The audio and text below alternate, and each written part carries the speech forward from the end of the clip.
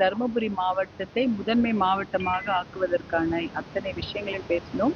முதற்கட்டமாக தண்ணீர் பிரச்சனை. தருமபுரியில கடுமையான தண்ணீர் பிரச்சனை, குடிநீர் பற்றாக்குறை, மற்றபடி தண்ணீர் பிரச்சனை, கடுமையான தண்ணீர் பிரச்சனை நிலவுகிறது. இதை குறித்து தான் நாங்க பேசினோம்.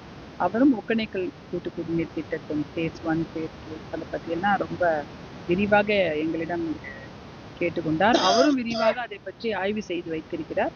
அதனால் நாங்கள் பேசும்போது அவர் எல்லாமே அதை குறிப்பெடுத்துக் கொண்டு இதை உடனடியாக நாம் நிறைவேற்றி விடலாம், அதுக்கு ஒரு 34 மாதங்கள் அப்படின்ற மாதிரி சொல்லியிருக்கிறாங்க.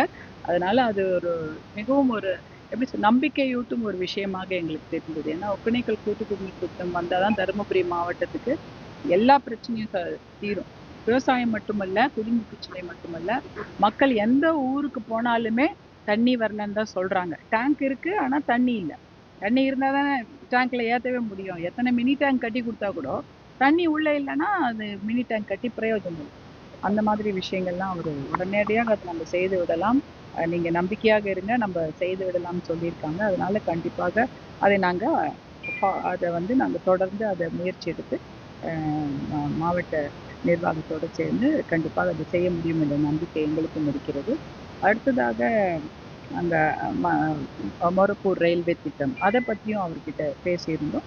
ஏன்னா மொரப்பூர் ரயில்வே திட்டம் கிட்டத்தட்ட 2019 அடிக்கல் நாட்டப்பட்டு கிட்டத்தட்ட 6 ஆண்டுகளாக அதை பற்றி மிகப்பெரிய முன்னேற்றம் இல்லை. ஆனாலும் கிட்டத்தட்ட அது பார்த்தீங்கன்னா ஒரு 18 ஊர் 14 ஊர்லலாம் நிலம் கையகப்படுத்தப்பட்டு எல்லாமே தயாராக இருக்கிறது.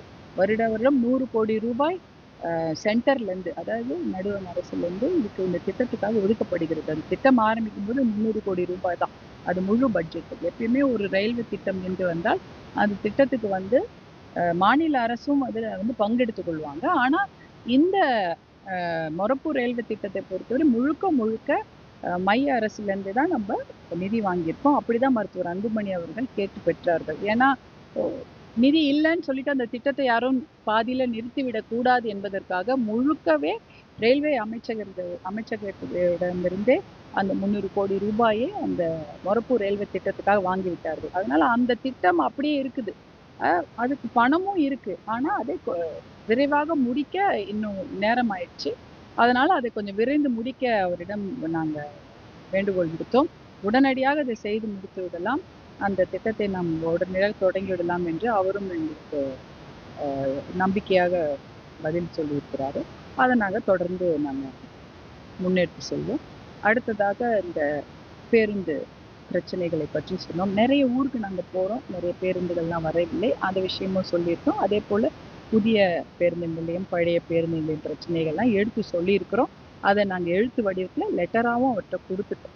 எல்லாமே டாக்குமெண்ட்ஸ், அதோடைய ஃபர்தராக சப்ஸ்டான்ஷியேட் பண்ணக்கூடிய டாக்குமெண்ட்ஸ், பழைய பேருந்து நிலையத்தில் எவ்வளோ வருவாய் வந்தது, புது பேருந்து நிலையத்தில் என்ன வருவாய் வருகிறது, அந்த சப்ஸ்டான்ஷியேட் டாக்குமெண்ட்டும் அவர் கொடுத்துருக்குறோம்.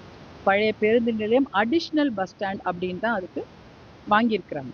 அதாவது அடிஷ்னல் பஸ் ஸ்டாண்ட் என்று தான் அனுமதி பெற்றிருக்கிறார்கள். அப்படின்னா கூடுதல் பஸ் ஸ்டாண்டு தான், அது மெயின் பஸ் ஸ்டாண்ட் இல்லை. அந்த டாக்குமெண்ட்டும் அதோட சேர்ந்து அவர்கிட்ட எடுத்து கொடுத்துருக்குறோம். மற்றபடி இந்த எத்தனை 450 பேருந்துகள் இயக்கப்பட்டிருக்கிற வேலையில் இப்போ வெறும் 150 தான், 100க்கும் கொஞ்சம் கூடுதலாக தான் பேருந்துகள் வருகிறது என்ற அந்த தகவல் அவர்கிட்ட சொல்லியிருக்கிறோம். எழுத்து மூலமாகவும் அதை கொடுத்துருக்குறோம். எல்லாமே அவருக்கும் அது ஓரளவுக்கு அவர் நான் ஆய்வு செய்துட்டு நான் உங்களுக்கு திருப்பி தகவல் அளிக்கிறேன் என்று சொல்லியிருக்கிறாரு. அப்புறம் அதுவும் சொல்லிட்டோம். அந்த இந்த பேருந்து நிலையத்தில் இருக்கக்கூடிய அத்தனை பிரச்சனைகளையும் அவருக்கு எடுத்து சொல்லியிருக்கிறோம். இதனால் மக்கள் படும் துன்பங்கள் அது எல்லாருக்குமே தெரியுது, அது சொல்லணும்னு அவசியம் கிடையாது. எப்படி நிறைய பேர் வேலைக்கே வரதில்லை, ஏன்னா பேருந்து இல்லாததுனால வேலைக்கு வருவதில்லை அப்படின்றது சொல்லிட்டோம். நேர விரயம், பண விரயம், 1 மணி நேரம் 2 மணி நேரம் கூடுதலாக தான் ஆகுது. ஒரு பயணம் மேற்கொண்டா அந்த பயணம் விரைவாக நம்ம வேலையை முடிக்கணும். இங்கே 1 மணி நேரம் கூடுதல் ஆகுறதுன்ற விஷயம்லாம் அவருக்கு எடுத்து சொல்லிட்டோம். அவர் அதெல்லாமே நான் பார்க்குறேன் அப்படின்னு சொல்லியிருக்கிறாரு. அதனால எங்களுக்கு அதில் நம்பிக்கை இருக்கிறது. கண்டிப்பாக அது அந்த பேருந்து நிலையத்தில் அங்கே தான் வருகை பதிவேடு வைக்க வேண்டும். பழைய பேருந்து நிலையத்தில் வருகை பதிவேடு வைத்து நீங்கள் எல்லா பேருந்துகளையும் அங்கு வருவதற்கு ஏற்பாடு செய்ய வேண்டும் என்று வேண்டுகோள் விடுத்திருக்கோம். அதை கண்டிப்பாக அவர் ஆய்வு செய்துவிட்டு எங்களுக்கு சொல்றேன்னு சொல்லிட்டார். ஏற்கனவே மாவட்ட ஆட்சியாளர் இது வந்து எல்லா பேருந்துகளும் வர வேண்டும் என்று கையெழுத்திட்டு தான் சென்றிருக்கிறார். அதனால அந்த அந்த அந்த அந்த ஆர்டர் அப்படியே தான் இருக்குது. அதையும் நீங்க அதை வந்து கருத்தில் கொள்ள வேண்டும் என்று அவர்கிட்ட கேட்டுக்கொண்டோம். அடுத்ததாக சிப்காட் பற்றியும் பேசியிருக்கிறோம். சிப்காட்ல என்ன வசதிகள் இருக்கிறது? தண்ணி இருந்தால் தான் நான் அன்றைக்கு கூட ஒரு உங்களிடம் தான் அதான் சொல்லியிருந்தேன். தண்ணி இல்லைன்னா எந்த ஒரு தொழிற்சாலையும் வராது. என்னதான் நீங்க இடம் கொடுத்தாலும் சரி, ரோடு போட்டாலும் சரி, தண்ணீர் வேண்டும், எலக்ட்ரிசிட்டி மின்சாரம் வேண்டும். அதனால இந்த தண்ணீர் பிரச்சனையை தீர்த்து விட்டால் சிப்காட்டு வளர்ச்சி பெறும். அதுதான் வந்து என்ன சொல்றாங்கன்னா, அது ரெண்டுமே இன்டர் கனெக்டட் தான். அதாவது நீங்க தண்ணீரும் வரணும், அப்பதான் சிப்காட் வளரும். ரெண்டுத்துக்குமே ஒன்றாக நாம் முயற்சி செய்ய வேண்டும் என்று அவரும் அதை தான் சொல்லியிருக்காரு. ஒப்பனைகள் கூட்டு குடிநீர் திட்டம் வரும்போது தானாகவே சிப்காட்லயும் இந்த பிரச்சனை தீர்ந்துவிடும் என்ற எங்களுக்கும் அவர் விரிவாக எடுத்துரைத்தார். இதையெல்லாம் நாங்கள் தெளிவாக அவர்கிட்ட பேசிட்டு வந்திருக்கோம். கண்டிப்பாக அவருடன் தொடர்பிலேயே இருந்து இன்னும் எந்தெந்த விஷயம் செய்ய முடியுமோ அதையெல்லாம் விரைவாக செய்து முடிக்க நாங்கள் எல்லாருமே முயற்சி எடுப்போம். நீங்களும் எங்களுக்கு அதுக்கு உறுதுணையாக இருக்க வேண்டும். உங்களை எல்லாம் அன்போடு கேட்டுக்கொள்கிறோம்.